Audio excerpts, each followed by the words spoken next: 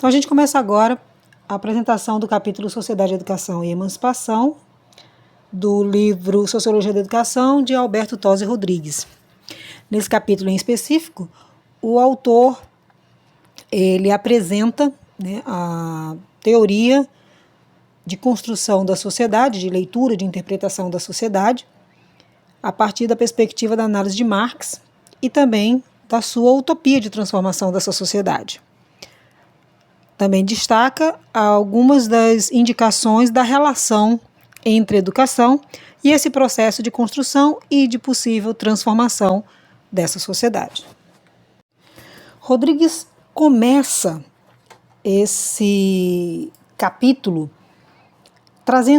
pontuando algumas questões, alguns questionamentos que ele faz na perspectiva de uma construção de uma sociedade e de uma análise de uma sociedade de um ponto de vista externo, vamos dizer, dos reflexos dessa sociedade e do seu processo de manutenção, dentro da proposta da visão de Émile Durkheim. Ele abre alguns questionamentos do ponto de vista do que estaria por trás dessa estrutura analisada por Durkheim. E ele começa com a primeira pergunta: o que existe por trás das aparências dessa nova, maravilhosa e terrível realidade parida a fórceps pela moderna ordem industrial capitalista?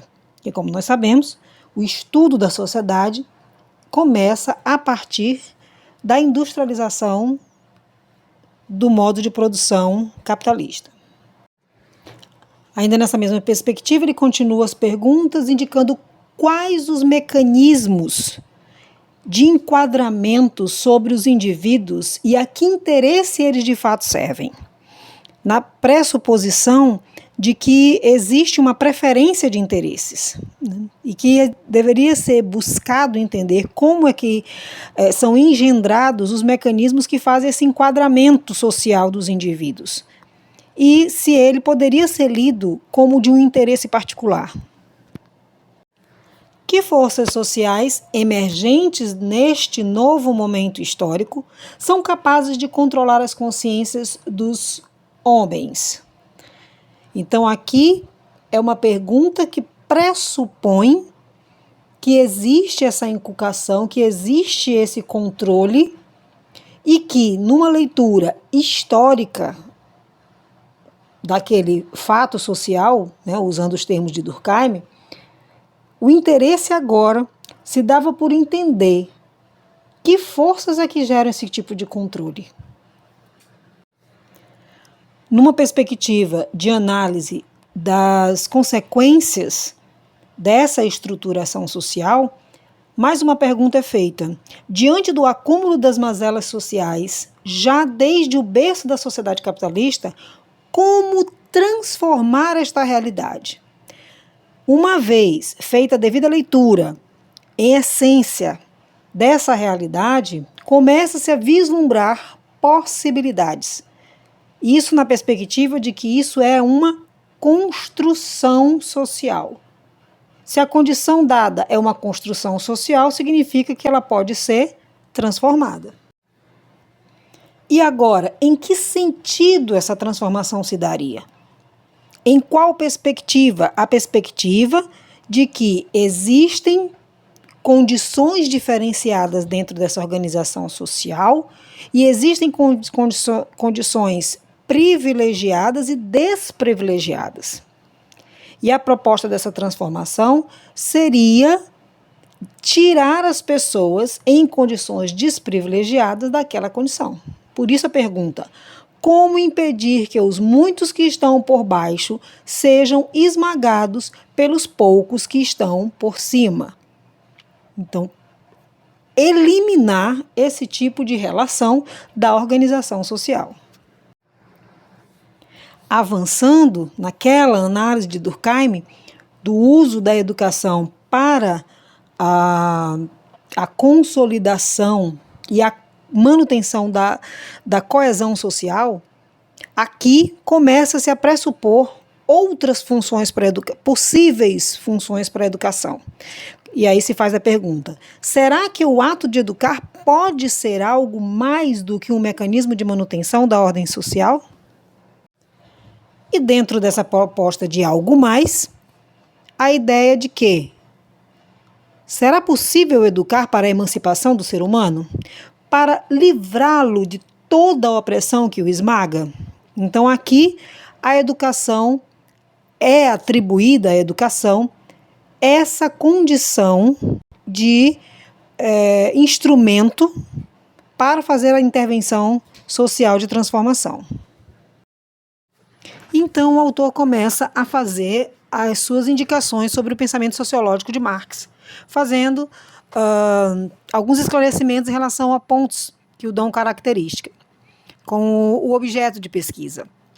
O objeto de pesquisa da fonte dessa construção desse pensamento sociológico é a sociedade capitalista da época, qual era o fenômeno ocorrido?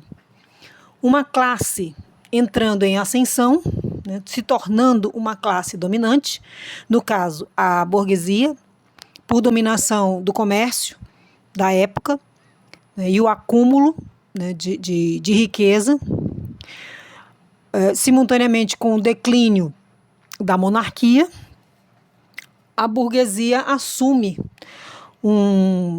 uma condição bastante privilegiada dentro da sociedade moderna.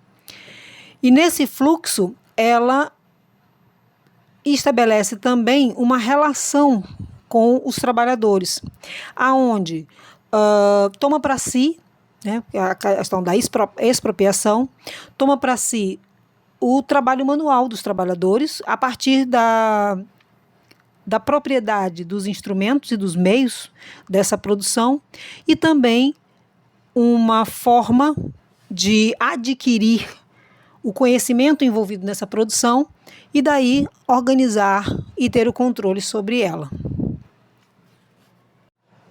Então o autor começa também a descrever as perspectivas desse pensamento, justificando que existiriam mais ou menos 3 perspectivas de construção da teoria de Marx. Uma seria o pensamento analítico, que buscava conhecer em profundidade aquela realidade, de forma que conseguisse reconstruí-la conceitualmente. Então você vai analisar a essência, as causas daquela constituição, para assim poder melhor entendê-la. E por isso se envolve com ciência social, né, ciências sociais como sociologia, história e economia política.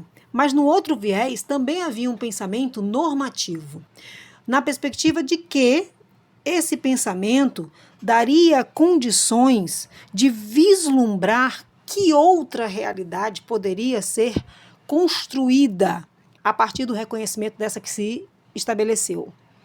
E, portanto, ali se fazia filosofia.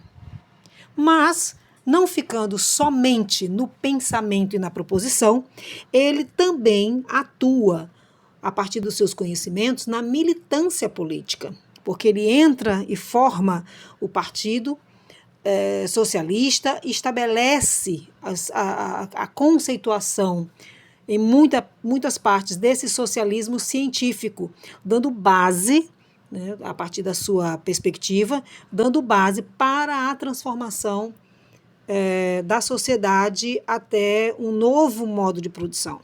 Um modo de produção considerado o modo comunista. Contradição dentro desse pensamento sociológico de Marx toma uma outra configuração. Aqui a contradição seria exatamente a lacuna a ser preenchida para a geração da transformação.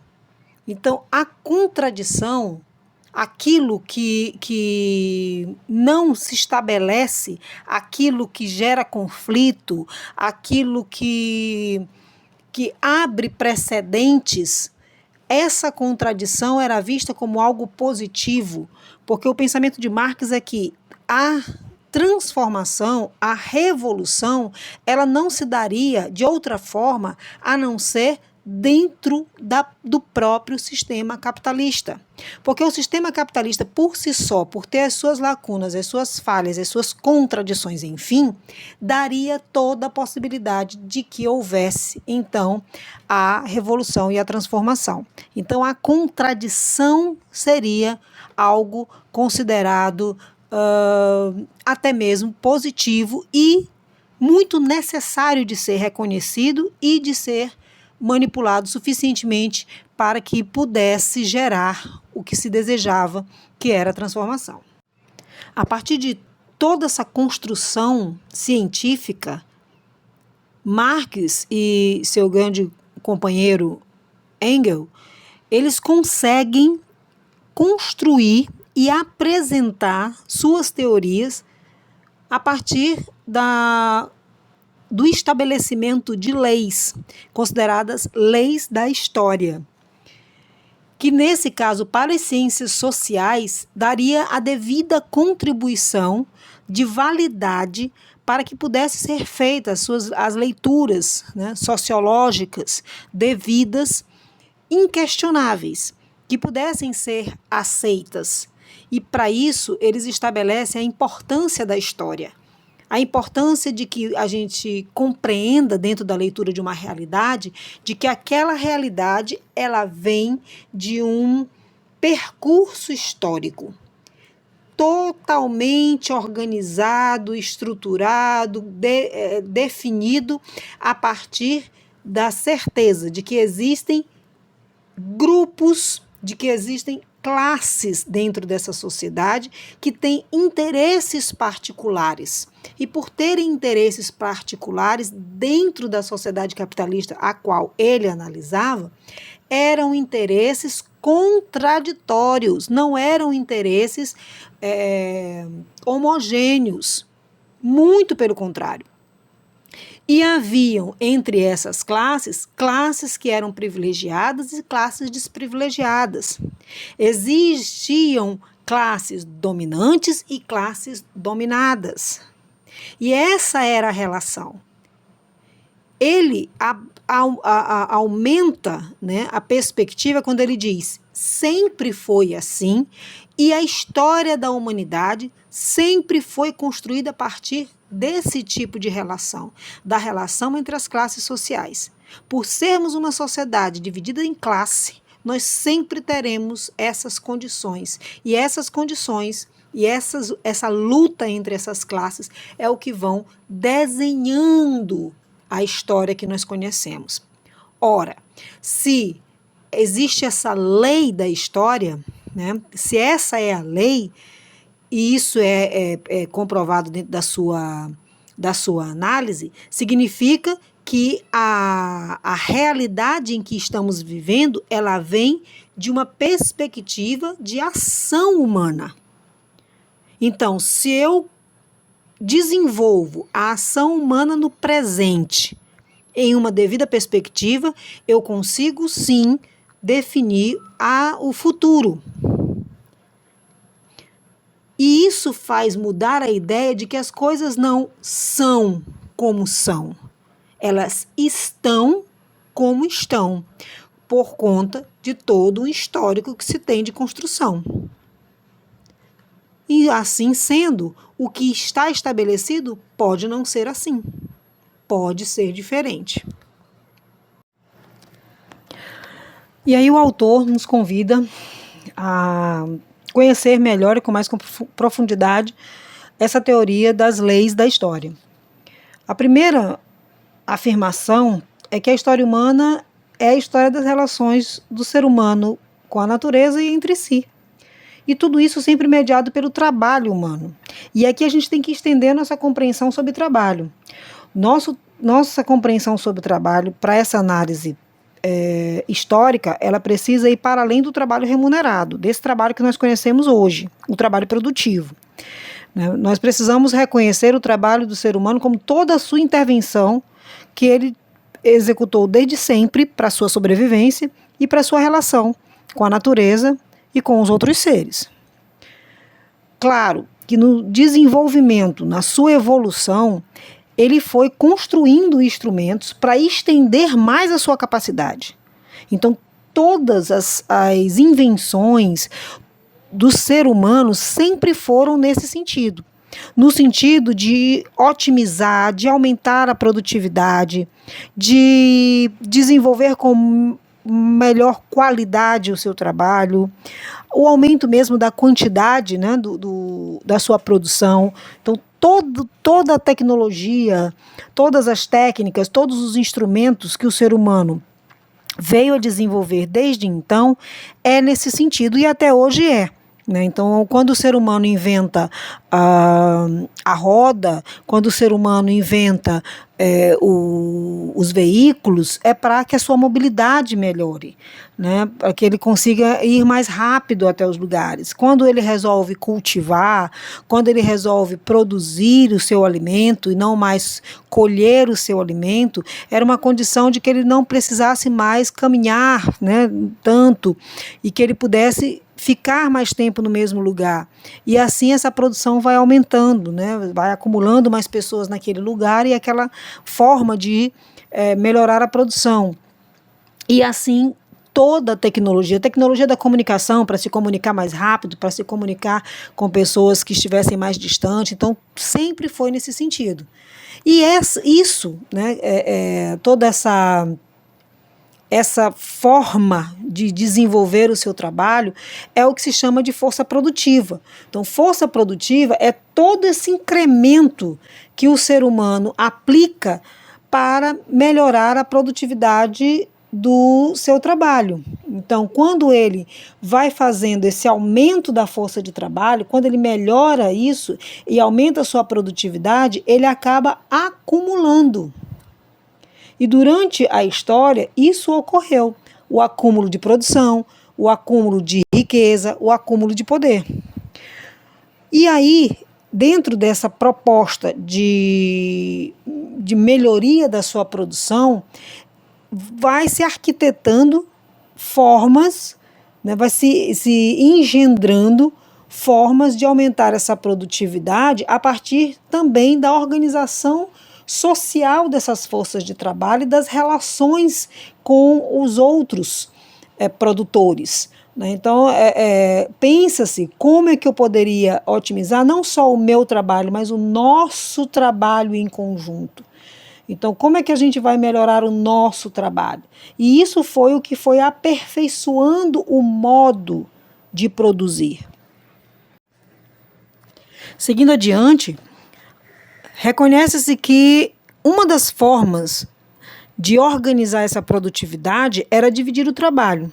E várias formas de divisão vão sendo estabelecidas. A divisão sexual do trabalho, quem ficaria com o trabalho produtivo e quem ficaria com o trabalho reprodutivo, né? O trabalho produtivo em relação àquele trabalho que agrega valor social e aquele que faz a manutenção da organização, né? Vamos dizer, o trabalho doméstico, que seria o trabalho reprodutivo, e o trabalho produtivo seria o trabalho para fora do doméstico, né? O trabalho produtivo, o trabalho valoroso.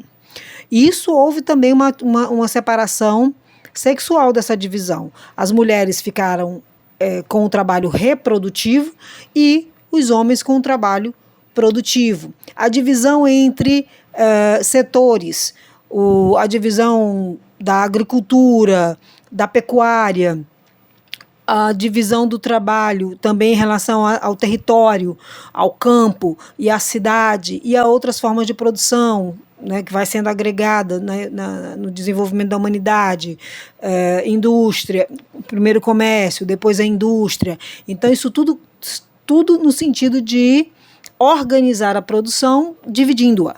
Né? E essa relação foi sendo cada vez ficando mais intrínseca, a relação entre as forças produtivas, que a gente já entendeu que são todos os instrumentos, todas as técnicas, todas as formas com que o ser humano organiza a sua produção, e a divisão, quem faz o quê? em que espaço físico, com qual característica de indivíduo. Então, tudo que fosse motivo para fazer essa divisão, a partir também começa a ser compreendido que existia uma relação entre essa divisão e a força produtiva. Essa divisão social do trabalho, ela acontece de diferentes formas e principalmente a partir da propriedade. Por quê? Porque quem tinha a propriedade dos instrumentos que eram utilizados no trabalho e quem era responsável pelo próprio trabalho. E quem era responsável pelo trabalho dos outros. Naquela ideia de que nem sempre quem era já numa outra fase, há uma fase em que aqueles que têm a propriedade da força de trabalho, ele era o que trabalhava. Depois há uma divisão de propriedade. O que tem os instrumentais e os meios de força de trabalho não é o mesmo que trabalha. Então, bem aqui acontece uma divisão de propriedade. Antes era o mesmo que tinha os meios de produção, os meios que tinham todo o instrumentário de força de produção era o mesmo que trabalhava. Mais à frente isso se prepara, como a gente viu da ascensão da burguesia. Existiam aqueles que tinham os meios e existiam aqueles que vendiam a sua força de trabalho. E bem aí se estabelece na sociedade capitalista uma das fontes da desigualdade. A desigualdade entre os donos das propriedades de produção e aqueles que, sem dispor de propriedades, para executar a produção, só tinha formas de sustento a partir da venda da sua força de trabalho. Então, as relações sociais de produção mudam e se reconfiguram completamente a partir desse novo modo de produção, no caso da produção capitalista. Então, afirma-se definitivamente a partir das leis da história que os modos de produção estabelecem as relações sociais. Então, eles fazem a partir dessa relação entre forças produtivas, principalmente em relação à propriedade, divisão do trabalho, relações sociais, enfim, todo o estabelecimento da ordem instituída no modo de produção, se faz um reconhecimento de que a história da humanidade ela é construída a partir da transformação desses modos de produção, uma passagem de um para o outro.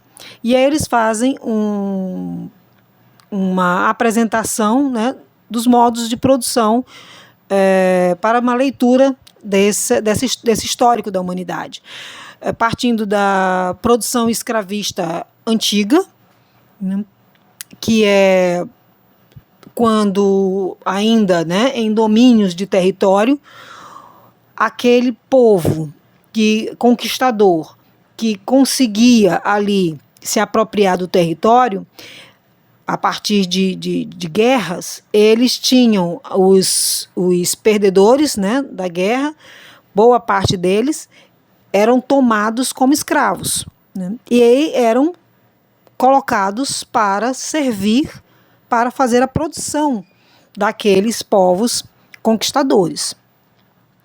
Na produção feudal, seria a propriedade de terra, o principal fonte de relação, aonde os proprietários de terra que recebiam aquelas terras para produzir, eles negociavam com trabalhadores, com camponeses, para que esses camponeses pudessem fazer essa produção.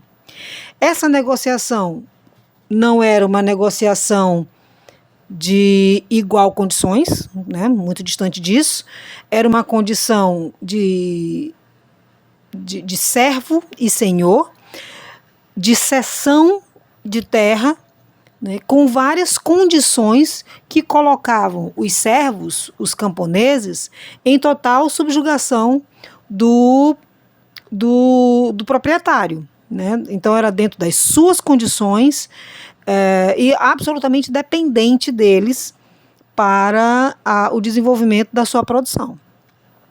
Já na produção capitalista, torna-se bastante diferenciada essa relação, porque a base dessa relação passa a ser o assalariamento.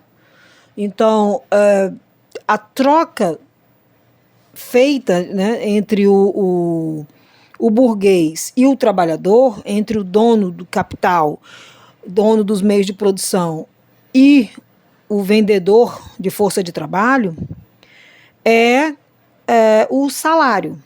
Então, não existe ali nenhuma relação com o trabalho e a produção, mas sim uma venda de força. Eu compro a sua força de trabalho por um determinado valor, independente do que eu vou ganhar com o resultado do seu trabalho. Eu posso ganhar muito mais do que eu vou te pagar, porque eu só vou te pagar pelo seu trabalho e não pelo seu produto. Pelo produto, não o seu produto, mas pelo produto gerado do seu trabalho.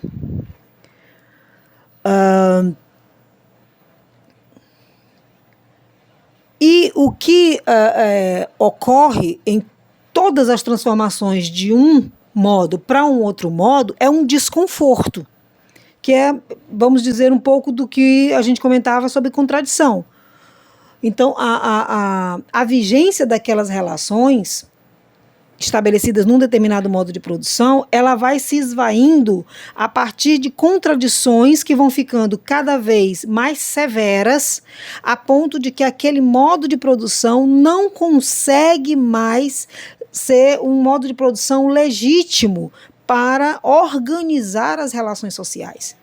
E uma vez que isso não consegue o equilíbrio, né, o controle, a ordem social não consegue mais ser estabelecida a partir das regras e da organização daquele modo de produção, significa a queda de um modo de produção e o estabelecimento de um novo modo. Então, no entendimento de que tais transformações se dão a partir da conscientização e das atitudes, sobretudo da classe dominada, em relação à sua condição, faz-se daí a pergunta: como explicar a consciência que os homens têm ou deixam de ter a respeito de seu próprio modo de vida, da produção material de sua sociedade e das relações de classe, sejam elas econômicas ou políticas, considerando que essa consciência ou a ausência dela é determinante para que se saia de uma condição para outra. Essa consciência, ela aflora, sem dúvida, a partir do momento em que você faz a leitura devida das condições materiais da tua vida. Ou seja, o aqui, o agora, o que você está vivendo, o que não corresponde, as injustiças vividas, os desequilíbrios, as desigualdades.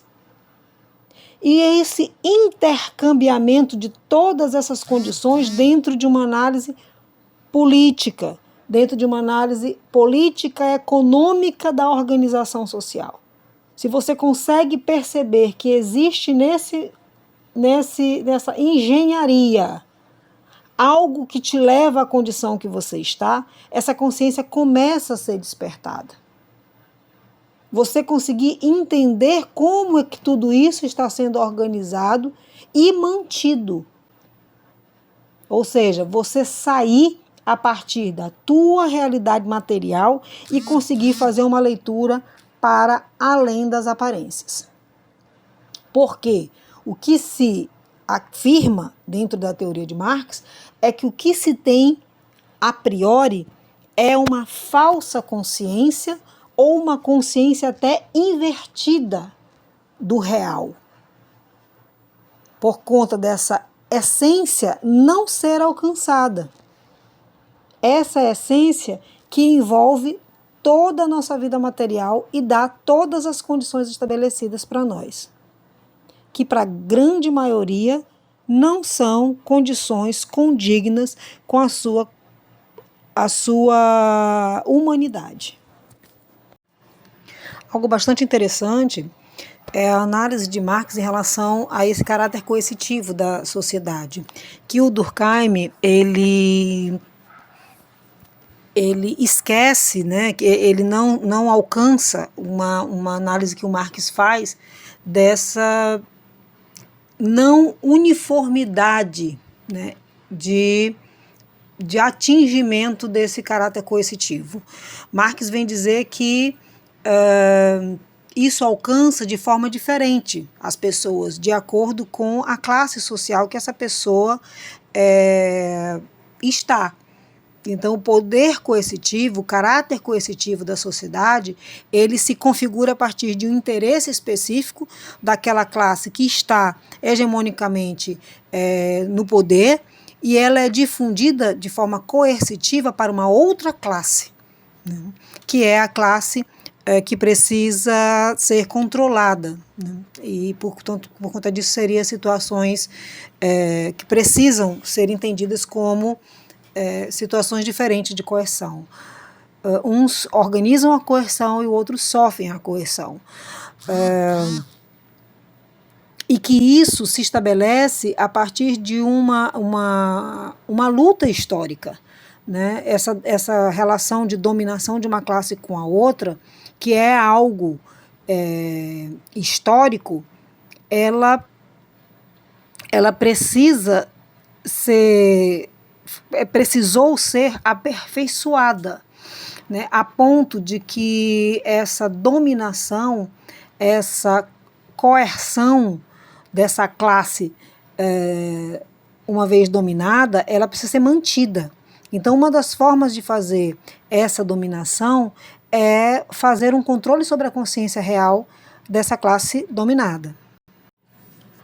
Fazendo uma leitura sobre a forma com que se estabeleceu esse processo de dominação, né, Marx nos faz interpretar esse fenômeno, né, que foi o fenômeno de transposição entre a produção artesanal para a produção em manufatura e depois para a industrialização, toda ela baseada na expropriação dos meios de produção. Então, aquele que produz não é mais o proprietário dos meios de produção, e também da expropriação do saber, em busca de desenvolver um controle, um desenvolvimento e uma racionalização do processo. Então, eu controlo o processo porque eu tenho os meios de produção e também conheço o processo profundamente, a ponto de desenvolver, estabelecer a forma com que ele vai ser desenvolvido e utilizando toda uma racionalização para isso, uma sistematização, para que ele aconteça da melhor forma, né? E isso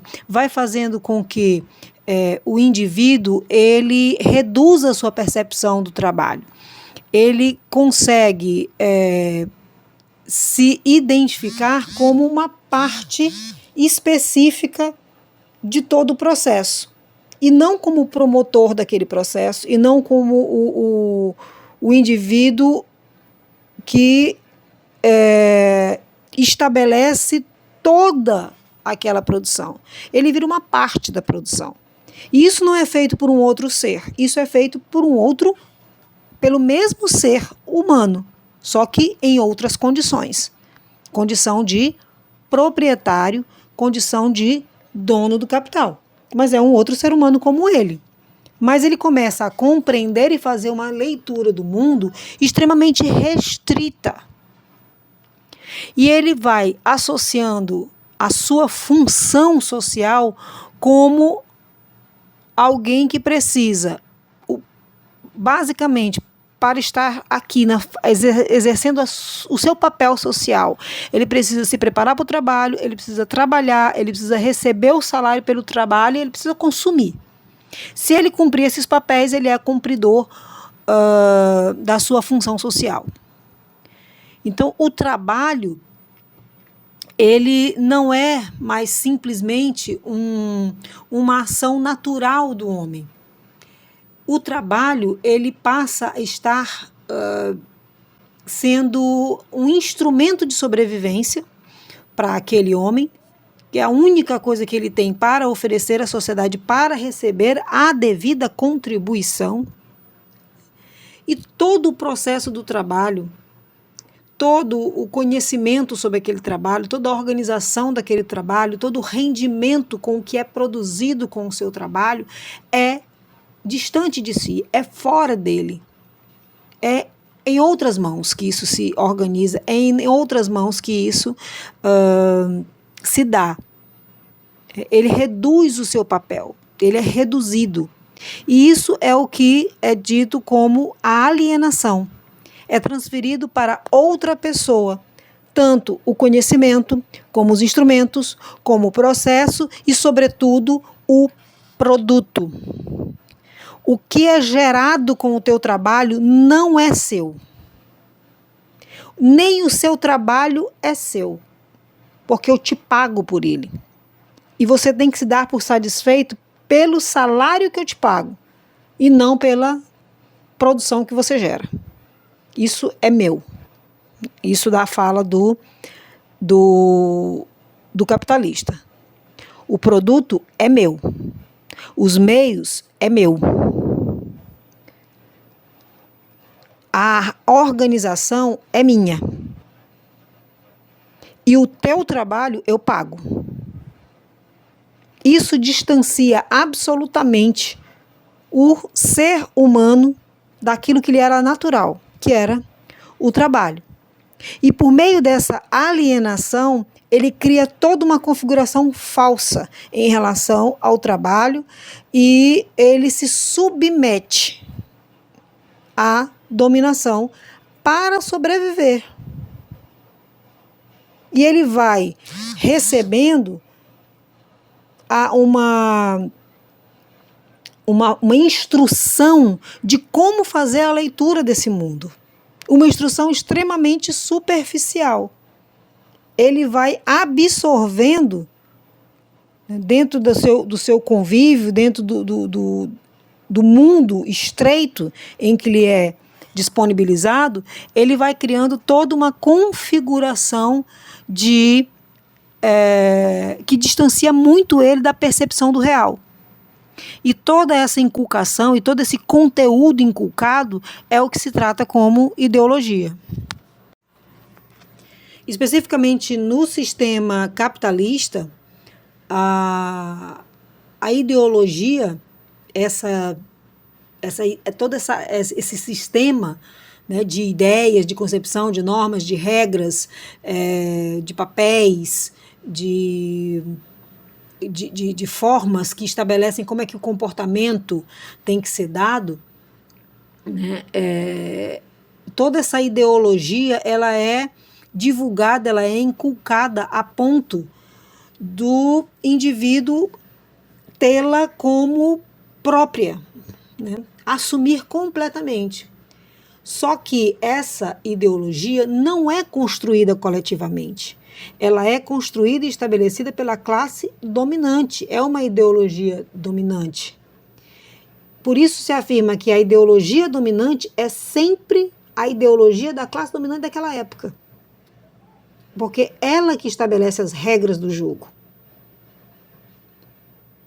Então, a cada modo de produção se estabelecia uma relação. E aí eles fazem a análise de que na escravidão era muito bem estabelecido, né, quem era o subjugado. O subjugado, ele sabia que ele estava naquela condição. Ele era escravo daquele povo. Ele estava naquela condição por ele ter havido um conflito e o seu povo ter perdido. Então ele era subjugado e aquele outro era o seu algoz. No feudalismo, a mesma coisa. O servo entendia absolutamente que a sua condição de camponês e desprovido de propriedade o fazia se subjugar a toda a dominação do senhor feudal. Ele sabia da condição em que ele tinha que desembolsar o seu imposto que ele tinha que pagar, inclusive pelos instrumentos de trabalho, ele tinha que fazer aquele pagamento, e a sua produção, uma parcela mínima, ficava para si, o restante todo ele tinha que entregar. O que se faz uma leitura é que no capitalismo, o dominado é levado a pensar com a cabeça do dominador. Isso todos os dias. A ponto que eles chamam de uma dominação visceral, incutida de certa forma, que ele compreende que aquela posição que ele está é uma posição justa. Hoje, então, nós estamos verificando isso com muito mais ênfase. Quando nós vemos pessoas que estão sendo colocadas em uma situação material precária, mas ainda são capazes de defender aqueles que têm concentração de renda, que vivem da expropriação do seu trabalho, você passa a ser defensor. Porque você acredita que sem aquele indivíduo você sucumbiria absolutamente. Na leitura da Revolução, que seria a transformação de um modo de produção para um outro modo de produção, a perspectiva apresentada por Marx é que é um desdobramento da lei da história, né? Porque sempre chegará um momento em que haverá alto nível de contradição entre as forças produtivas e as forças de propriedade, né? Os interesses contraditórios da luta de classe vai ficar a tal ponto grave, né, que vai haver uma revolução social de consequência política. Ou seja, a classe dominada ela entrará numa condição tão precária, né, que irá buscar meios, e também, óbvio, a partir de um processo de conscientização, né, então, considerando as péssimas condições materiais e o processo de conscientização, vai fazer com que haja uma busca por uma melhoria, e por conta disso, uma forma de revolução de consequência política. Essa fase, né, seria o socialismo, essa fase que Marx atribui muito importante, inclusive com o uso de muito dos avanços, né, que o próprio capitalismo vai oferecer durante o seu desenvolvimento. Então o socialismo vai usufruir, sim, né, de muitos aspectos, muitos valores, né, valores realmente, vamos dizer, agregados à humanidade, trazidos pelo processo capitalista, mas vai fazer outras propostas, considerando os interesses agora majoritários dessa classe antes dominada, né, até o alcance da sociedade comunista, que seria o ideal de sociedade, né, e isso seria o auge dessa utopia desenhada pelo Marx, aonde acredita-se que o ser humano iria viver a plenitude, né, das relações e da sua condição de ser humano, né, aonde ele conseguiria desenvolver um trabalho extremamente imbricado entre o intelectual e o manual. Ele iria desenvolver esse trabalho pelo compromisso social que todos teriam com a humanidade, né?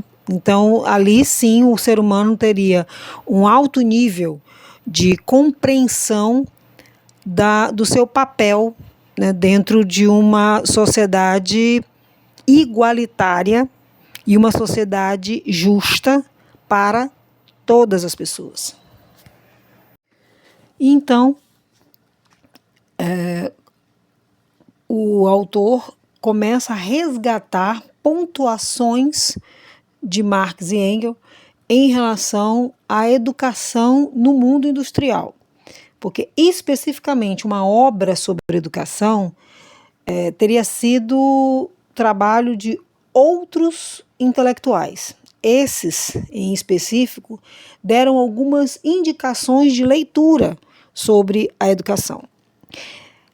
À primeira vista, como muito atribuída, né, a uma estratégia, né, de perpetuação dessa exploração da classe dominada, ou seja, uma forma de difundir essa ideologia e de todos os valores e do modo burguês de viver como o modo ideal e o modo idealizado como o modo hegemônico, o modo correto, o modo a ser conservado. Então, a educação de base burguesa é uma educação focada em manter o controle da classe dominada nas condições precárias materiais, as condições materiais precárias que essa classe vive. Agora, é bem certo que nessa utopia, né, uma das coisas imprescindíveis é a conscientização, né? É a emancipação e é a libertação do ser humano dessa condição precária de vida no capitalismo. E isso se daria também também existe um potencial para que isso se dê a partir também da educação. Então, a educação, digamos, teria essas duas possibilidades. Uma possibilidade de perpetuação da condição estabelecida pelo capitalismo, mas também um potencial muito grande de contribuição para a emancipação e para a libertação do ser humano, e daí a promoção da utopia revolucionária. É importante também pontuar, para compreender isso, que Marx ele considerava que os avanços trazidos pelo sistema capitalista e pelo modo de produção capitalista era muito valoroso para o desenvolvimento da humanidade. O que era condenável era a concentração, né, a desigualdade social, a concentração das benesses desse sistema, a exploração da grande maioria do trabalho, né, a grande maioria dos trabalhadores, e a desigualdade gerada. Isso era o que deveria ser combatido. E dentro desse ideal, né, de comunismo, uma forma sempre estabelecida é que o caminho seria o retorno, claro que um retorno aperfeiçoado, né, mas da fusão entre o trabalho intelectual e o trabalho manual, que foi dividido e que foi base, e que é base, né, da desigualdade, da alienação, da ideologia. Então, a fusão entre o trabalho manual e o trabalho intelectual, tanto dentro da formação quanto dentro do desenvolvimento mesmo do ser humano e nas suas relações, isso é o que daria a base para a construção do modo de produção comunista e de toda a organização social estabelecida a partir dele. Portanto, era bem certo que com esse sistema educativo, com um compromisso com os interesses de perpetuar a hegemonia dominante e o controle da classe dominada, não seria possível o alcance de uma emancipação, né, e a libertação. Realmente seria necessário um processo educativo que tivesse outros comprometimentos, outros fundamentos mesmo e princípios, e principalmente tivesse ou tomasse, né, um caminho totalmente inverso em relação à expropriação dos saberes produtivos, mas a difusão dos saberes produtivos. E por isso a proposta era que essa escolarização oferecida aos filhos dos operários, ela teria uma percepção mais de conjunto desse processo, no afã de que pudesse trazer para esses indivíduos uma compreensão ampla do que é o processo produtivo e da sua participação dentro desse processo produtivo. Para tanto, né, ainda naquela indicação da unificação entre o trabalho intelectual e o trabalho manual, a proposta é que os conteúdos educacionais eles pudessem contemplar algumas dimensões que dessem essa possibilidade, como uma educação mental, que seria, né, um trabalho intelectual, cognitivo, científico, uma educação física que trabalhasse os corpos e uma educação tecnológica voltada realmente para a instrumentalização, para o processo de produção industrial em desenvolvimento à época.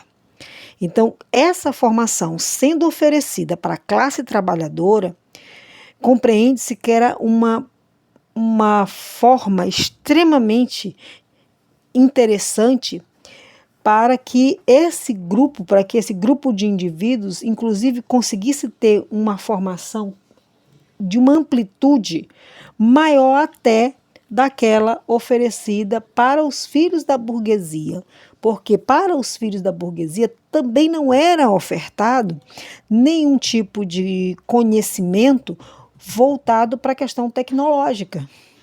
E isso era uma lacuna muito grande para a sua formação. Então, no momento que você conseguisse que os filhos dos trabalhadores pudessem ter acesso aos conhecimentos científicos, ao desenvolvimento físico e a todo o conhecimento de uma forma bem geral, ampla e profunda do processo produtivo, você estaria fazendo uma educação omnilateral, né? Uma educação que formasse um homem em plenitude. E isso nem mesmo a educação burguesa propunha. Então, no comunismo, a educação teria o compromisso de unificar o caráter tecnológico, teórico e prático do ensino nas escolas dos trabalhadores, de forma que, não havendo mais essa diferença entre burguesia e trabalhadores, isso se desse dentro de um sistema público, e o mesmo sistema para todos, né? A oferta de uma educação universal, todos acessassem esse mesmo tipo de educação. E, para tanto, acredita-se que não deveria ser de incumbência nem do Estado e nem da Igreja, dois grandes influenciadores da educação a partir do interesse específico de uma classe. Outra indicação também dada é que essa educação comunista ela conseguisse atender a duas questões na formação desse novo homem. Uma é transcender uma educação doméstica forjada dentro de uma relação entre os membros da família de uma forma muito hierárquica, né, onde o patriarcado dominava, né, e as condições também dos filhos, das mulheres, eram de muita diferenciação. Então, que isso também pudesse ser ultrapassado, né, ou seja, a educação ela não se desse a partir dessa mesma configuração. E também que esse novo homem ele pudesse superar definitivamente todos os aspectos que foram promovidos, né, para a instituição do capitalismo, principalmente as diversas formas de divisão de trabalho, sempre formas de divisão hierárquica, né, e geradoras da alienação. Bem, e aí então o autor, né, que nós estamos utilizando para compreender esse raciocínio, essa teoria de Marx, ele finaliza o capítulo fazendo algumas reflexões em relação a essa proposta educacional dentro de uma perspectiva de transformação social, né? Ele comenta sobre a polivalência, dizendo que o próprio capital se apropriou né, em tempos mais próximos, de conceitos trazidos pela própria proposta de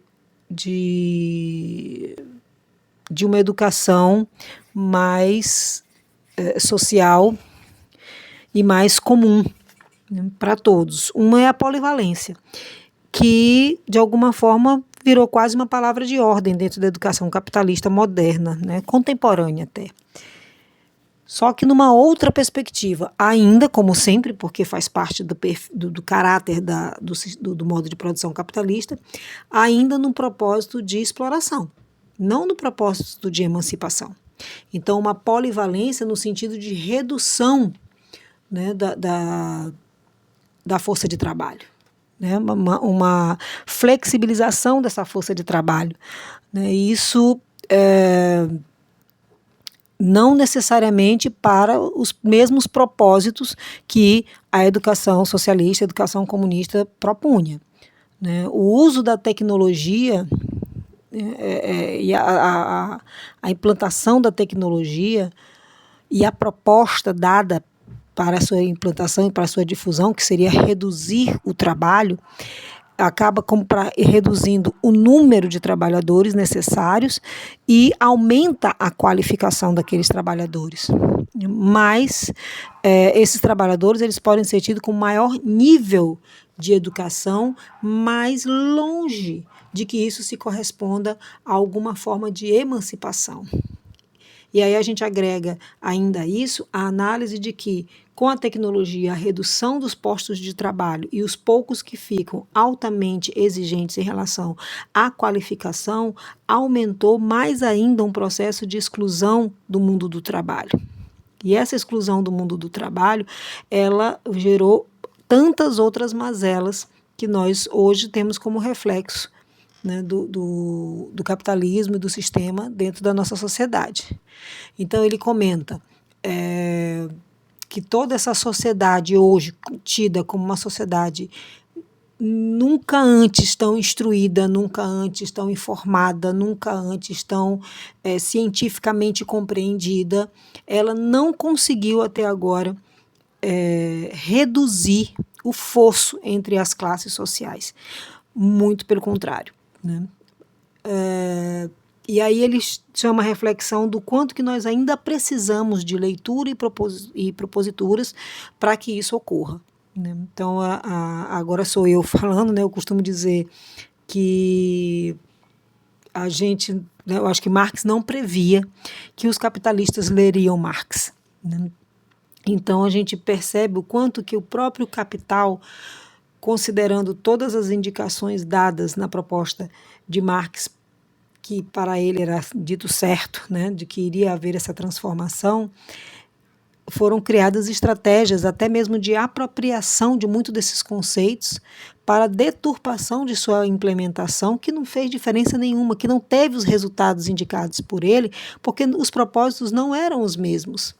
Então, houve-se sempre alguma forma, né, de implantar, que, via de regra, serviu muito mais para apaziguar qualquer inflamação constituída daquilo que a gente já falou que é a fonte da revolução, que é o incômodo, o excesso de contradição, a precariedade das condições materiais de vida.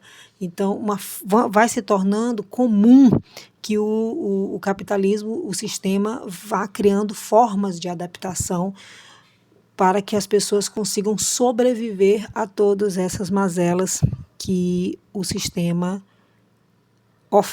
oferece para a maioria das pessoas. Então as pessoas vão ficando cada vez mais alienadas, cada vez mais apropriadas da ideologia capitalista e na certeza de que quase que não existe uma outra forma de sobreviver, não existe uma outra forma de lidar com o mundo, de organizar o mundo, como se não for capitalista. Quando a gente, né, sabe que o sistema anterior ao capitalismo foi muito mais longo do que o capitalismo é até agora, e mudou, né? Então o feudalismo ele foi por muitos mais séculos difundido e assumido como sistema de produção. Então, o capitalismo ainda está em processo e pode sim haver outras alternativas para que a humanidade se mantenha e consiga progredir melhor.